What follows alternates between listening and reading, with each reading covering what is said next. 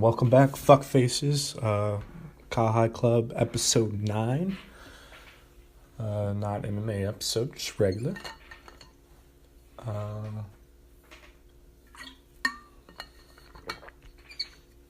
Believe last episode I did was,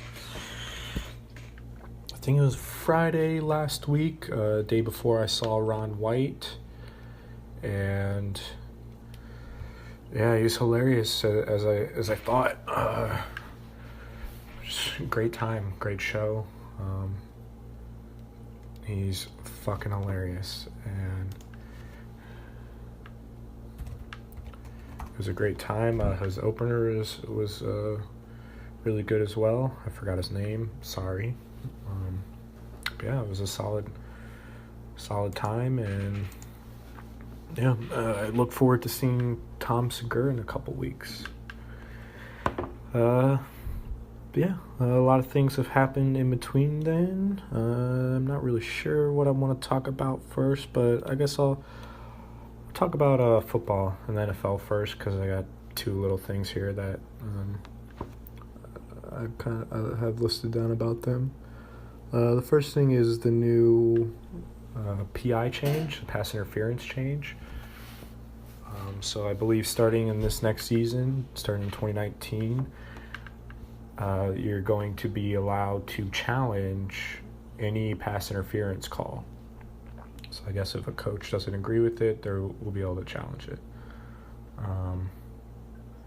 I get the rule, and it's stemming from the fucking Saints and Drew Brees in the past to, I think it was to Kamara over on the sideline. That was clearly a pass interference, but wasn't called. So they clearly made that rule because of that, because everyone was fucking butthurt over it. So now, anytime pass interference gets called, I think they're going to just challenge it. I think it's to any pass interference call. I don't think you're limited to one per game, or either the coaches can call it or the refs have to call it. I don't know. I haven't looked into the details, but I don't know. I get it, but it's just going to make the game worse. It's going to slow it down. And although, yes, it might get it right and fix, fucked up calls like they did, it's a slippery slope. And it kind of brings me to the next point I wanted to talk about. Because, as a defender, when I played football, played defensive back, you kind of pass interference pretty much every play. Not blatantly, but you're going to, check a guy, more than 5 yards down the field, or just run into him or cut him off, or, give a little tug on his jersey or on his arm before the ball's there, or right before. Especially if you get beat, then your chances are going to increase even more. It's fucking difficult to try to mimic the pattern of somebody that knows where they're running. You don't. You have no idea where they're going. You could kind of tell from formation and studying and that sort of things, and where they're lined up in the field in relation to where the ball is on the hatch marks, left, right, center, various things, many things you can infer in what it possibly might be, narrow it down to a couple things. But there might be a case where you're 100%, but it's never really 100%. You don't know when the guy's running, so it's fucking hard. You're gonna have to check him. You're gonna have to grab him every now and then. That's all I'm saying. And just, I think, and they're implementing more and more rules in the NFL, and I get it. Most of them are, I think, aimed towards player safety and trying to get concussions out of the game. I forgot, they also implemented a new rule of no more blindside blocks on punts at all. So if you have a blindside block, then it's an automatic flag. And again, I get it, because most of the time blindside blocks are away from the play. There's not even really necessary. The guy's trying to chase after somebody that he's never really going to catch. And he might catch him if, he makes a cutback. down the field, or he's fast. So, I mean, there's purpose for the cut back blocks, but I see the point of trying to get rid of them and trying to increase player safety, but I really think it's just going to make the game worse overall. It's going to make it softer, first of all. I mean, it's already getting softer. Our generation's continually getting softer and softer. Obviously, there's going to be people out there that still exceed beyond expectations, and continue to push themselves and, want to play the game because it could bring them a better life for them and their family and their communities, or they just really love it and that's what they want to do with their life. There's always going to be those people out there. But I think overall on the grand scale, I think, and it's mainly because of the public's pressure on player safety, and it makes complete sense. It's a very dangerous game, and it has been for decades, and the NFL has lied to the players and the public for decades about the troubles of concussions, and they're not even really admitting, oh yeah, this game's dangerous. They're just like, oh, we'll do our best to succeed, whatever. They put out, fancy PR statements because they are a multi-billion dollar, probably $100 billion, maybe even $1 trillion business that sells ungodly amounts of revenue off ticket sales and just fucking apparel and things like that. Licensing, TV deals. They make a shit ton of money, and they don't want that to go away, so they're not going to openly admit that, this sport's fucking dangerous, and if you play, there's pretty much a 100% chance that you're going to have brain damage. And that's not even pretty much, it is. I mean, there was that study that was done a little while back. I think it was in the high 90 percentile. It was over 95%, might have been 98% of individuals who competed in football, not even just professional football, just from high school all the way up to professional football. It was like 98% of them have CTE, which is chronic traumatic I can't say it. But essentially, it's brain damage. They'd have long-term brain damage, irreparable brain damage, as far as we know right now. Now, I've seen some preliminary studies as well that CBD can really, really help with that, along with THC, and can help build your neuroreceptors. I'm not a scientist. I have not done these studies myself. I just read shit that other people put out sometimes. And I don't read everything, so I don't know everything. But I think the NFL is it's going to be a dying sport. It already is a dying sport. TV ratings are down. I think TV ratings are down period for everything. So I don't really think that's too much of a correlation, but I really think it's a dying sport. It's a game. I mean, just like any other sport, it's a silly game. And it's kind of a game that's evolved from war, two teams battling up and down the battlefield, trying to score on the other team, take their possession, and just win, beat each other up. But it's dangerous, man.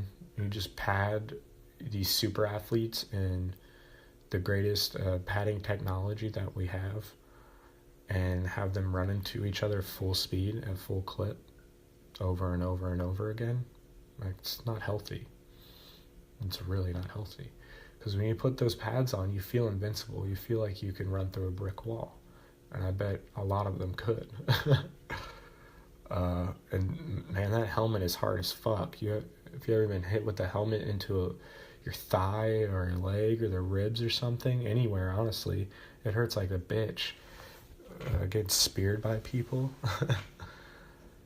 It's terrible. So, I mean, I like that they're trying to get rid of the head-to-head contact in the game and that sort of thing. But, I mean, if they really want to do that, then get rid of helmets. Just go rugby style. But the thing is, it won't be as exciting because people aren't getting fucked up. People aren't getting hit. People like watching that. And, that's also why kind of UFC and fighting, MMA are growing, And because it's not really of a sport either. Yeah, it's a sport because it's sanctioned by, athletic bodies and legal institutions and things like that. It's organized. But at the end of the day, it's a fight. It's just two people fighting in a cage. And yeah, there are rules, there are things you can't do. But, it's not, and it's mano a mano, it's 1v1. But, I mean, I guess all I'm trying to say in comparison is football it's more complicated because it's a game. There's rules and positions, boundaries, flags, and I mean, I guess they're the same thing in MMA as well. And there's an added value of teamwork. So I played football growing up. It taught me a lot. It taught me a lot about the world. It's a very humbling sport as well. It teaches you can't just run over everybody. You can't just be the hammer all the time. You're gonna be the nail sometimes, and that's just how it is. That's just life, bro. And that goes for everybody out there. There's always somebody bigger, badder, stronger, faster, smarter, taller, more athletic, etc., more good looking, whatever it is. Everybody's a nail at some point in their life, and I think the good thing about sports, and especially a team sport, is you learn that pretty quickly at a young age. Although you might not be able to conceptualize it and put it into words, I think it humbles you and it makes you a better person. It puts that ego in check a little bit. If you go to football practice and get run over by, the star running back or whatever, you realize, hey, I'm not the star running back, so, I'm not as good as him, so what the fuck? Or whatever it is. You can be the cockiest dude, but then if you get run over one day or some, I think it was my freshman year, I didn't really play too much. I only did wide receiver. This was in high school. We did a tackling drill. I guess we were doing tackling drills because our team was soft, and we were like, all right, this next, because we probably lost, and next week's practice, we were like, all right, let's doing tackling drills because we're hitting like a bunch of fucking pussies out here. So we do it, and even though I was a receiver, I always wanted to play defensive back. Once I got into tackle, because I just liked tackling people. I liked hitting people. It was a nice outlet for anger, stress, that sort of thing. And then you can be calm outside of the field. But I never really got the chance my freshman year. I guess never showed the ability neither. But during these tackling drills, a defensive lineman on our team, and we ended up being friends and playing on varsity together, and he's pretty good. I think he ended up becoming a Marine or in the Navy or something. I haven't talked to him in a while or seen him in a while because I don't live back home. But I ran him over. And I was just a skinny, in my freshman year, I was like 6'1", 135 or something like that. Just something crazy like that. Just skin and bones.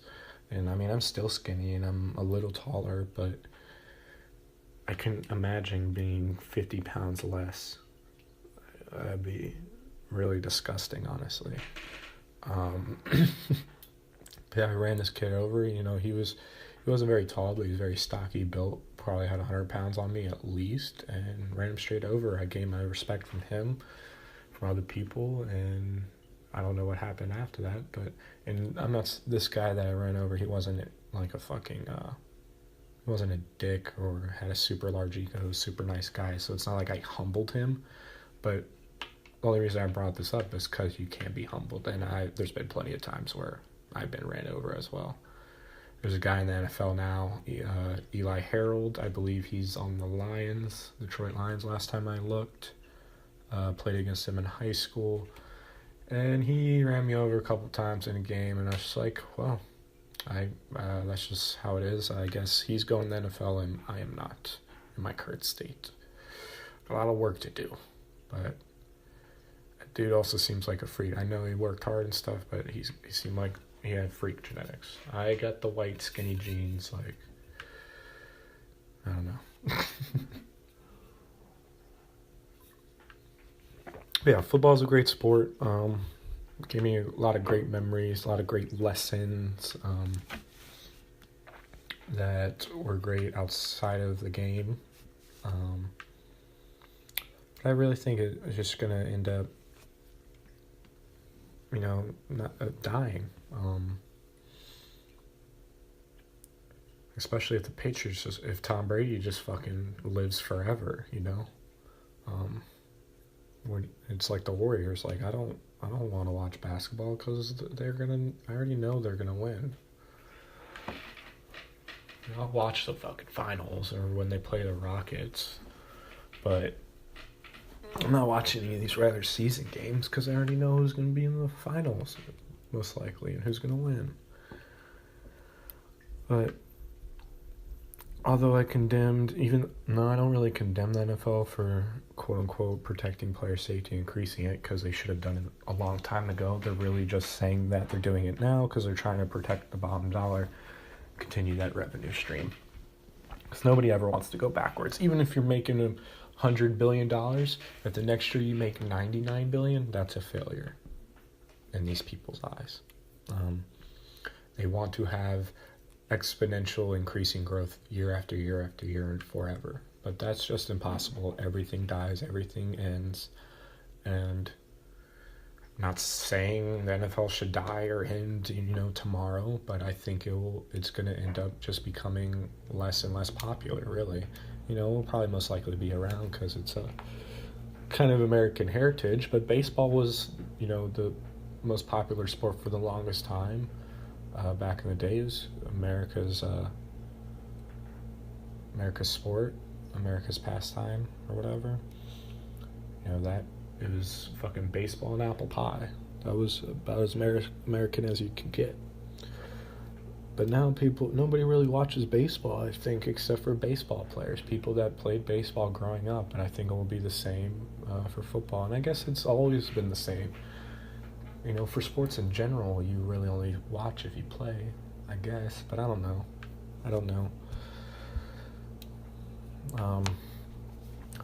That's how baseball is now. It's guys that have played and they know the game, so they like watching baseball. And then cleat chasers. If you don't know what cleat chaser is, it's, I guess technically it could be a girl that chases after any guy in a sport that wears cleats. But I know when I was in school, at least, it meant girls that were attracted to baseball guys. They just had a thing for baseball guys. And they'd always tell you, you guys look so cute in the pants, your butts stick out. It's like, okay, that's weird, but whatever. As long as you like me and you're coming to my games, that's pretty cool. It would make me nervous when like a girl would be like, oh, I'm gonna come watch your game, and then you'd see their hot ass on the sideline. You're like, God damn it. Hope I don't fucking strike out, or hope I don't fucking drop this. So just focusing on the fucking game. Like, fucking, if you're a teenager, you got all those hormones, all you could think about is the dingling in your pants. You're nuts, man. They control you. You still control me. Fucking, your biology controls you. There's nothing you can do about it, man. Except, I guess, try to work out and make it better. I don't know. I'm no scientist. I'm rambling so much. But yeah, I loved football, but I think it's just gonna decrease in popularity, mainly because, people like me that played in the past, especially older generations, they're gonna see, they're just gonna keep on incorporating more and more penalties, more and more things to review. It's just gonna slow the game down. There's already was a shit ton of penalties the past 2 years, and it's made the games definitely less interesting to watch, for sure. Because, each team has 9 or 10 penalties a game now. And, each penalty takes a couple minutes to announce, or at least, conversate over, and things like that. And now, there's replay as well.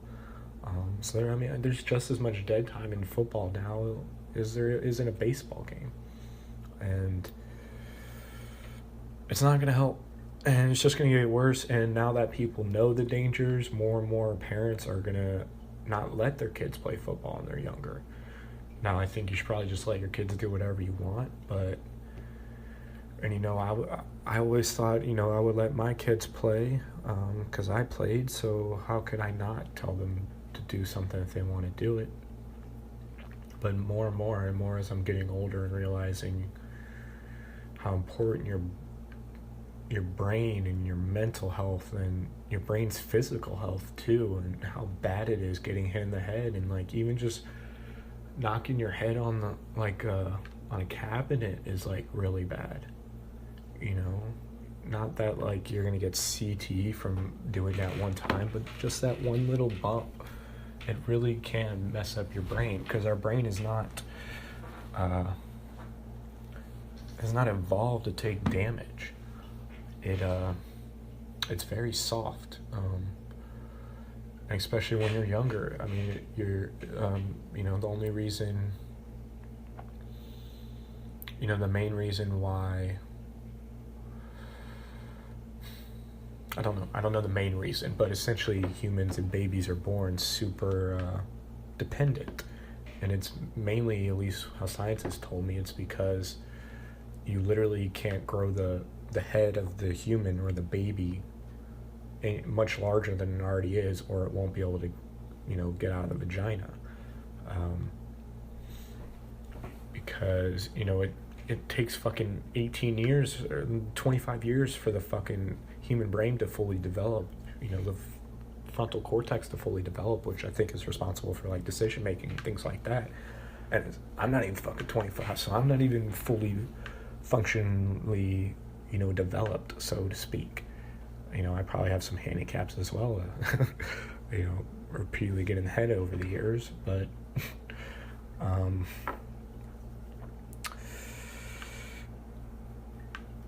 our brains are super fragile, and especially when you come out of the womb, it's super soft and mushy. You can just I never done this, but you can literally reshape the human mind after the birth. I know ancient cultures used to do it. I don't know if it was Egyptians per se. I can't remember exactly, but I know some ancient cultures literally shaped, as soon as the baby was born, they would essentially shape the brain like it was Play-Doh, to where it was pointy in the back and kind of longer and rounder. And they had evidence of this, and it's fucking strange. And we're very dependent and supple. Such a weird word. Supple beings, and especially our brains. There's no protective coating around our brain and in between our skull. There's no barrier there. It's just brain kind of floating in your skull. So if you ever get punched, and it's not really the punch or like the collision that hurts so much, like if you have a head-to-head collision in football, yes, the collision obviously caused, whatever brain damage you get from that. But the main thing is, it's just like in a car. If you get in a car accident, if you don't have a seatbelt on, our brains don't have seatbelts. They're essentially driving this vehicle that we are in, our brains, without a seatbelt. There's no protection there. Except for, the skull's there, that's the protection from the outside world, but there's no protection around the brain inside the skull, inside the vehicle of their car. They're not wearing, they have no seatbelt. And there's no airbags either within our skulls. So, and I can even use car examples for this. People get concussions from car crashes when they are wearing a seatbelt, because when they hit the impact, just the whiplash, it literally moves the brain forward and hits against your skull, just like if you were not wearing a seatbelt in a car and you hit somebody head on and you're not wearing a seatbelt, you're going flying through the windshield. You're going to hit the skull of the vehicle. And that's essentially how our brains are. They're driving this meat vehicle without seatbelts, without airbags, without anything. So if you get any sort of whiplash, like even, I think they've shown that people that ride horses get brain damage over time, because just bouncing on the horse and galloping on the horse is bad for you. That in sea-doos as well, or jet skis, the same thing. And I remember doing a research paper back in fucking, was it middle school? I think it was ninth grade, my freshman year, maybe in high school, on concussions, and this was before anybody really ever talked about it. And, you can get concussion from just heading a soccer ball. And I believe that because I felt like every time I headed a soccer ball when I was little, it would hurt my head. I'd be like, ow, that hurts. That's because you have no seatbelt, bro. And, as I got older and realized how important the brain is, I don't know if I'd probably, if I had kids, I'd probably let them play football, but I would definitely sit down and talk to them about the dangers and let them know, yes, it's really fun. I loved it. I loved playing, especially with my friends and, making new friends on the team and going through shit together, going through the runs and terrible workouts when the coaches are yelling at you and stuff. It sucks at the time, but you don't grow better bonds than that when you're being tested with your friends or your buddies or your teammates. You don't even have to like the people. Most of the people, because football teams are so big, there's like 65 kids on a team, 50 to 75 kids. You can't have an intimate, friendship with every single kid on that team, and most of them you don't. And there's some of them you don't like, even though you've never talked to them, but just because they're friends with certain people, you don't like them, and that's just how we are. We're social clique, mammals. I'm not saying it's right, but that's how we've developed over time and how we have survived, because we are very tribal. We stick to our groups. But even though, you might not like that person on the team, you can still, you still develop a respect, because you're like, okay, you went through the same shit as I did. Even if you're not as good as me, or even if you're the greatest player and I am jealous of you, you still respect that, okay, you went through that, 5 a.m. workout with me. You might have thrown up, but you still continued, you still went on, you didn't bitch, you didn't quit, you're still here, you're still giving it. I can't tell if you're giving 100%, but you're still here, and respect to that. But it's fucking dangerous, man. I would try to convince him not to. I'd be like, yo, just go fight in the UFC or something. I don't know. I wouldn't really convince anybody to try to do anything, especially as my child. Unless it's not to hurt somebody. I would just have a conversation with them and try to pass along the facts and let them make their own decision and not make it for them. And just treat them like little people that just don't have as much information, because that's really all it is. We all are just people. We're just all at different stages, different paths, different steps. And just because you're 10 doesn't make you, less of a person than somebody that's 60. You might not have the same skills and may not be as valuable in the working environment, in the business environment. But as a person and as an individual, and how much your worth is, it should be the same. And we should just treat people as they don't have as much information, or they didn't come from the same background or similar backgrounds, or, the good background, whatever. We're all the same. We just got different backstories. We got different programming, different genetic code, and, most of our genetic code's the same. I've talked about this before, but there are slight differences. Yeah, I've talked about football for half an hour now, and I ranted on about a bunch of things. Some other thing that happened, we had the first weekend of March Madness. I don't want to get too balls deep into it, but I'll just, go over I'll just look at my bracket, and of course I have Duke winning. I'm a Duke fan, mainly because they're just good all the time, and everybody else hates them.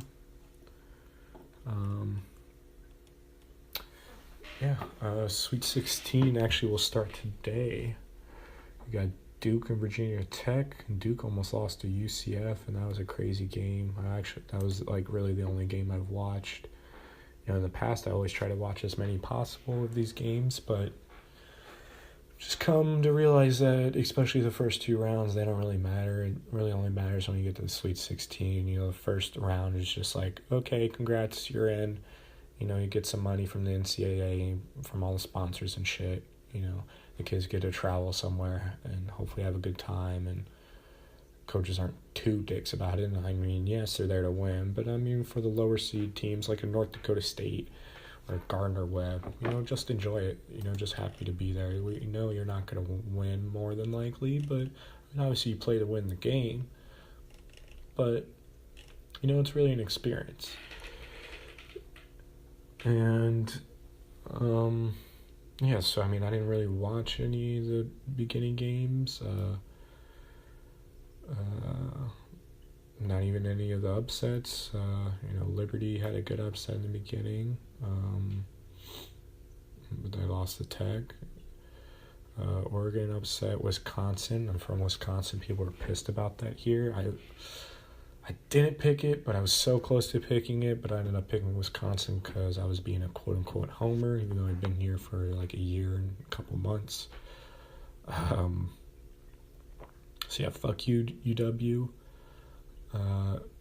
We got Duke, Virginia Tech, UVA versus Oregon. And Oregon got past UC Irvine because they upset Kansas State. We got LSU, Michigan State, 2-3. Purdue versus Tennessee, 2-3. Should be good games. And I'll probably try to watch most of these. Just because, I think this is when it starts to matter and you see who the best teams are. And usually, in the East bracket, the top 4 seeds got there. And then in the South bracket, the top 3 seed teams got in there, and then Oregon, because they beat Wisconsin. Yep. And UC Irvine beat Kansas State, number 4. In the West, we got Gonzaga versus Florida State and Michigan versus Texas Tech. So 1 through 4 are there. And then in the Midwest, we got North Carolina versus Auburn and Kentucky versus Houston. That's 1, 2, 3, and 5. Auburn beat Kansas, who was 4. So, I mean, 2 out of the 4 groups, all top 4 seeds were there. So the community did a great job. And one of them, we just had an upset. 2 upsets that ended up having Oregon in there, and Oregon might have won anyway if Kansas State had beat UC Irvine in the first round, because Oregon's been a hot team. They won the Pac-12 championship. Didn't watch it at all, but that's what people told me. I haven't even looked it up to see if they were correct, but I'm assuming they were. I don't know why they would lie. And then the last one, the number 5 seed beat the number 4 seed. So I think the committee's got it right so far. These will be cool games to watch. I got Duke and Kentucky in the championship. Duke winning because I'm a fan. I got Duke, Michigan, Tennessee, and Kentucky in Final Four. Michigan, I got Florida State beating Gonzaga, and then I think Michigan will beat Florida State. Will beat Texas Tech, then Florida State. Got UNC beating Auburn. But then I got Kentucky beating Houston, and then Kentucky beating UNC because I'm a Duke fan and UNC's got to lose eventually. But I didn't want them to lose early on. Like, I was thinking about having them lose to Wisconsin if they played them, or Auburn. And I had picked Auburn, and Auburn looked hot, and they looked good in the SEC tournament. So they might lose, but I think they'll pull it out. And then I'm just hoping the athleticism Kentucky trumps them. But I don't know. Kentucky had a tough time with Wofford, and they barely pulled that one out. So we'll see. It'll be exciting to see how this ends, and I look forward to those games. And yeah.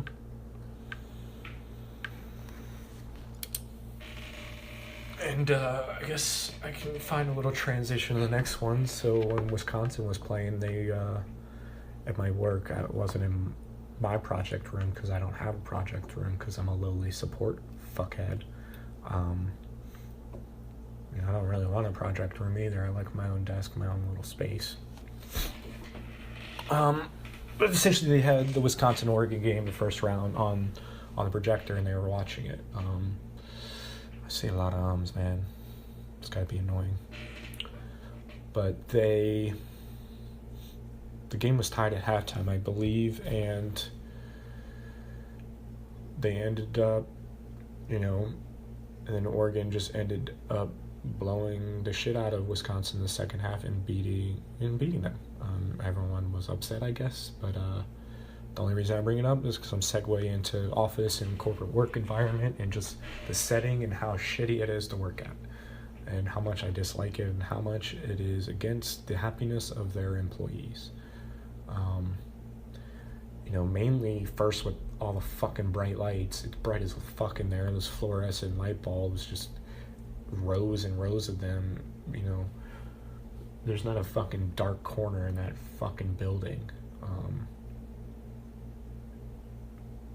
And I don't really have much to say to that, but I just don't like it. It's like, I feel like I'm being pressure cooked or like cooked by a heat lamp or something. I'm under a spotlight. Somebody's watching me or something like that. It's not really, but it's just. And I noticed it before, and before I get headaches every now and then just from being in the office. But when I banged my head a couple weeks ago, I guess I kind of talked about this before. The bright lights in there are just too much to bear. And although I'm kind of healed up now, I guess. I just don't like the lighting in there, man. It sucks. It's too bright. It's so artificial. It's so fake, and it makes you fucking depressed as hell. There's really no windows either, unless you go in the atrium. But I don't know why they call it the atrium. Atrium is where there's plants and shit. You can grow plants. There's no fucking plants in this atrium. It's just an open space of tables so people can have meetings whenever they want. Or just, I don't know, watch people. Just people watch while they work. It's super depressing, and I don't know. It's so depressing I don't even want to talk about it anymore. Another thing that's depressing is the Mueller findings. And not because there's nothing I was hoping the president colluded with Russia. I don't care. I think it's good that we find out that this investigation that took about 3 years to do, I think it was like 2.5, maybe 3 years. And I don't know how much money they spent on it, but they took forever, and then they just come out and say, oh, we found nothing. Like, okay, then what the fuck? Then why was everybody waiting for this, and why were you taking so long, and why you spend so much of my taxpayer money on this or that? And I know nothing about it, and I didn't read it. Maybe there's some shady shit in there. And, I always knew from the beginning they would find nothing, because there was nothing there to find. Sure as Trump had discussions with the Russians and the Russian government in the past, probably, yeah, because he has business in Russia. I think he was making a hotel in Russia, so that makes sense. He probably had to talk to somebody. Did he talk to Putin? I don't know. But, and actually just listen to this podcast. Joe Rogan had a podcast with Renesta on, and she detailed how Russia has a coordinated, essentially coordinated jobs and, effort to spread disinformation and create tension on social media platforms. So they essentially have people whose jobs they get paid to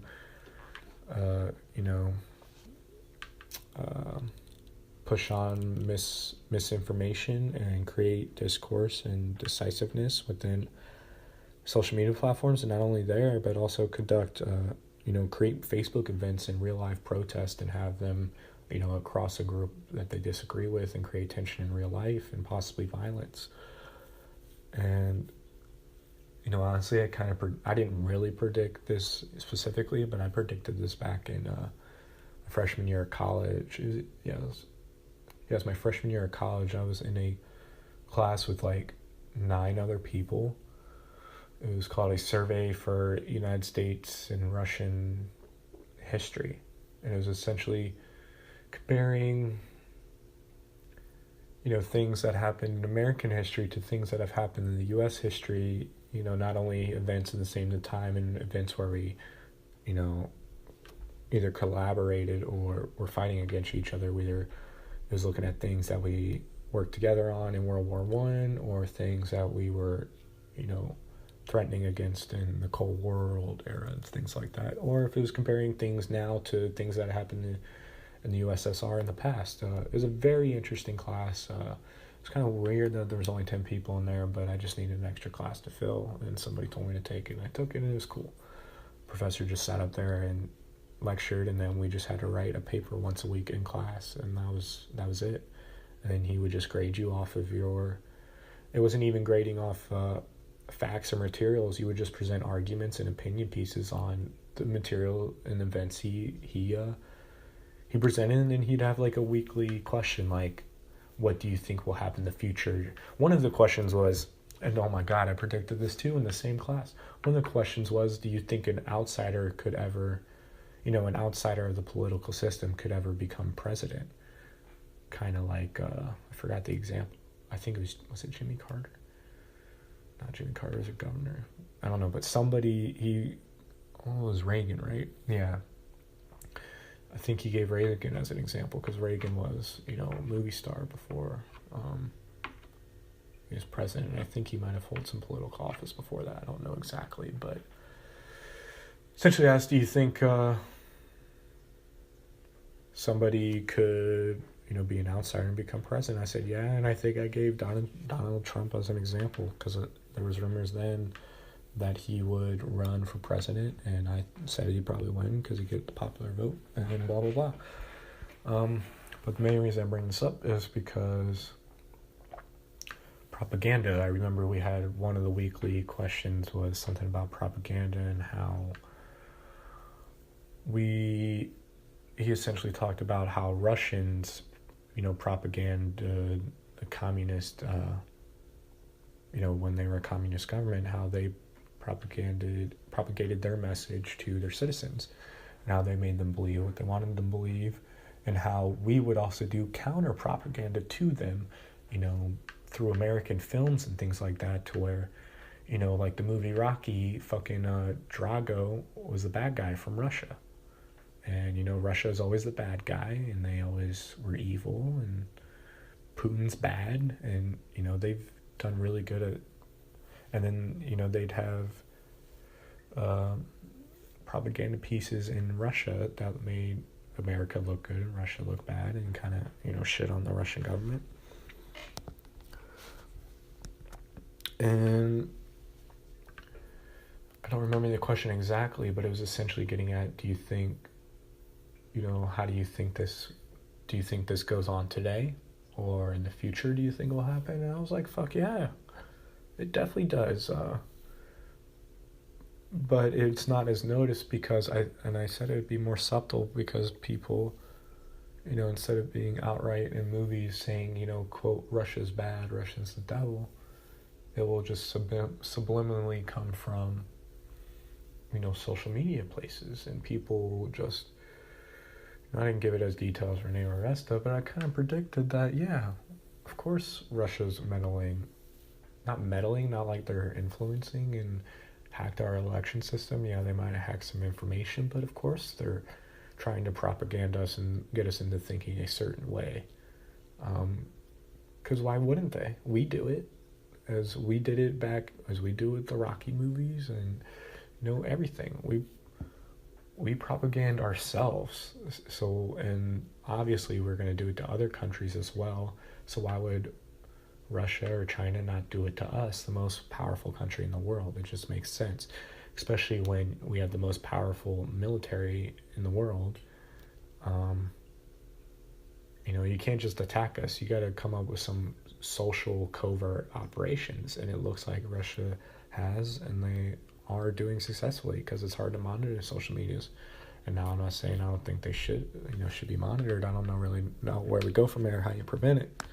Kind of seems impossible to me to prevent. I think you should just log off and not pay attention to it. And I guess all we can do, the only thing I can think of is now I can't believe anything I see.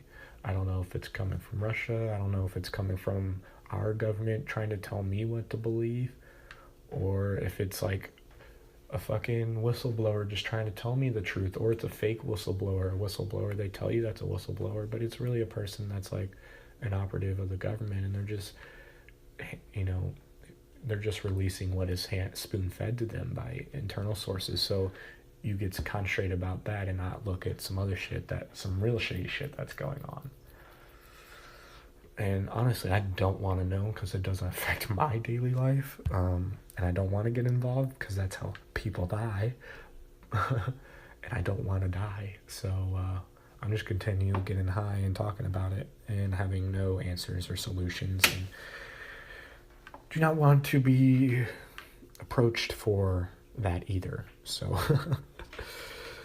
I don't know. I think it's all a crapshoot. And I'm going to stop talking about it. And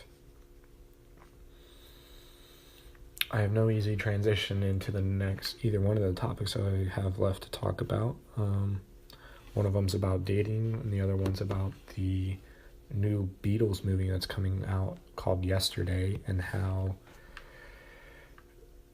essentially this guy wakes up one day and nobody knows who the Beatles are, but just him. He's a huge fan, knows all their songs, and I think maybe played a cover band for them. I don't know.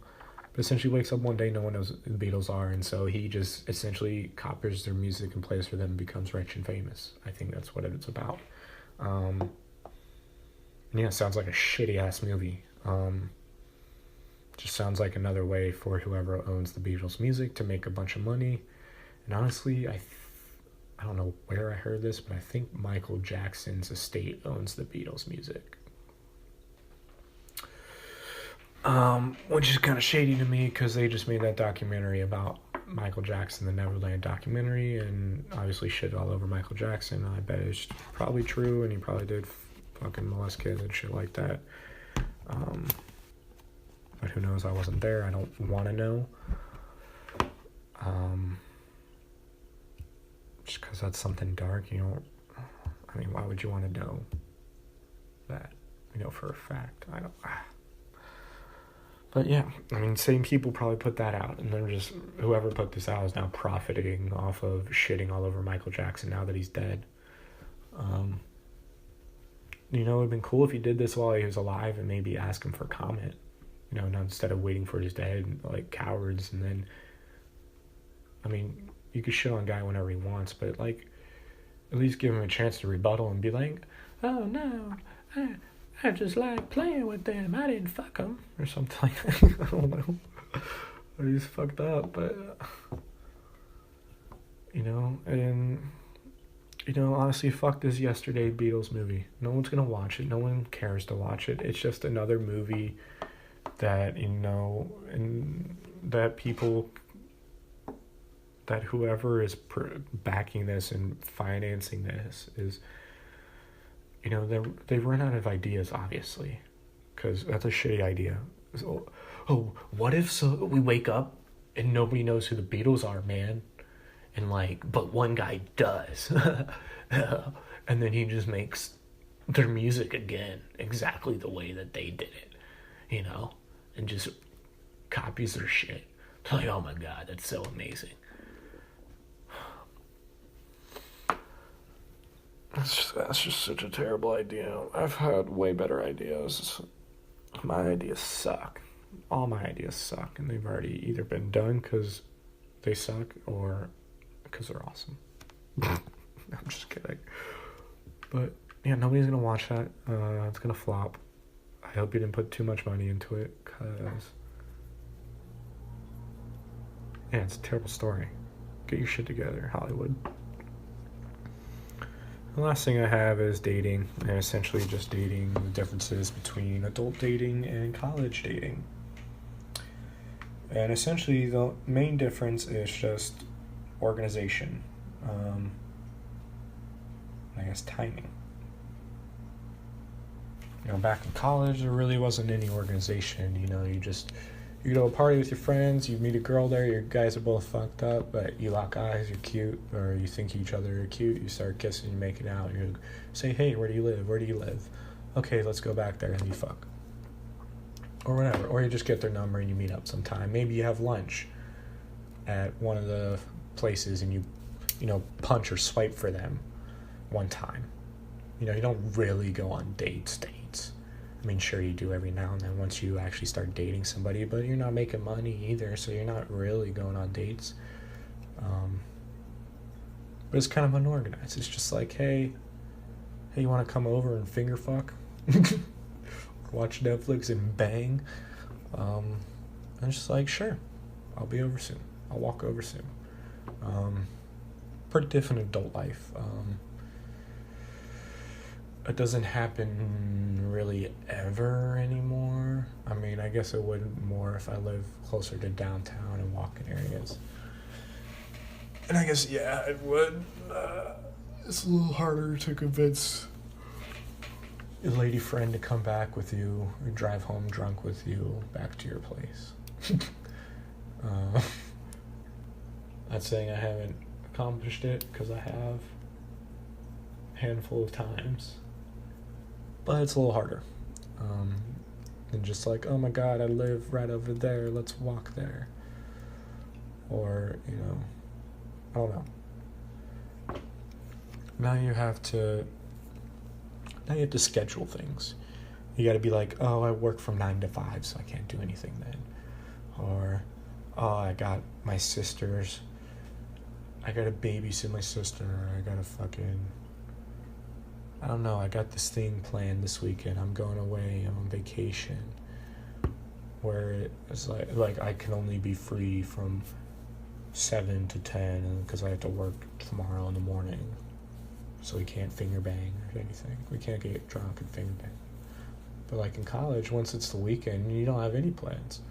Unless you're a nerd and you're like studying for a test or you're doing a project or something. And we all had to do that at some points, but most of the time you're not doing shit. If you're smart, you get your shit done during the week. You get it done. You get it done fucking Thursday. And you hope if you have no Friday classes, you're good. But if you have Friday classes, you hope your Friday class teachers aren't dicks and they don't give you shit to do over the weekend. Which they probably will, but fuck it, you get it done anyways. So then you just party Thursday, Friday, Saturday. Maybe Sunday. Maybe Sunday day. God damn, that was life, wasn't it? You just do whatever the fuck you wanted and just drink forever, 4 days straight, every day or every weekend, pretty much, or at least 2 or 3 days every weekend. It's just an insane life. You can't keep up that pace. It's impossible.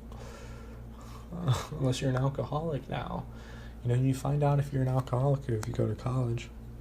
And you do that. If you don't take a day off, you just naturally turn into one. Just because you're having so much fun, it's hard not to. It's super unorganized. It's just like, hey, come meet me, my friends at the pregame. You can bring some of your buddies, or come to this party, or come to this day drink, or go to this bar that we're all going to for this thing. They already always have theme parties, man. That's the only thing we'd organize, theme parties. And that is pretty good. There's no theme parties anymore, man. Because nobody has that many friends anymore.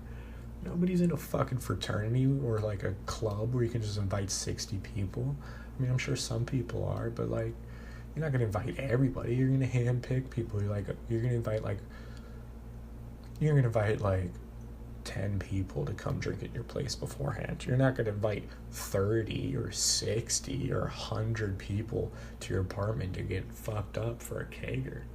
No, that's insane, dude. It just doesn't make sense in the real world. Like, you're going to get caught like pretty quickly. Neighbors are going to get pissed. They're going to smell weed or something, or somebody's going to be loud. Someone's going to break something. And then the show's ruined. Somebody ends up in jail or whatever. then you actually got to pay for it, and they're actually serious about it. Whereas in college, they're just like, let the kids be kids. You're living around other kids, and hopefully they don't call the cops on you. You still have fucking dick-ass students that do, because they're like, I gotta sleep for my test tomorrow, you fucking pansies. But, it's just a little more carefree in college, and it should be, because it's not real. It's all fake, so any really relationship or, not really any relationship or friendship that you create over that time is fake, but it is fostered in a fake environment, in a fake atmosphere. So, if you can't make it work at college, you're definitely not going to make it work in the real world. Because there's a lot more structure, a lot more things go into the real world. Now niggas, whoa, I just said the N-word. Oops. It happens, I guess. I wasn't trying to be derogatory. I apologize. But essentially now people, we got bills to pay. Motherfuckers got bills to pay, and it's fucked up. It's the way of the world, but it is what it is. You just gotta keep charging. Keep charging and keep growing. Keep learning. And just keep moving forward. Keep progressing. Always strive and prosper, babe. On that note, I'll call us quits. And the 9th episode, and see you later. Love you. Bye. The podcast you just heard was made using Anchor. Ever thought about making your own podcast? Anchor makes it really easy for anyone to get started. It's a one-stop shop for recording, hosting, and distributing podcasts. Best of all, it's 100% free. Sign up now at anchor.fm/new. That's anchor.fm/new to get started.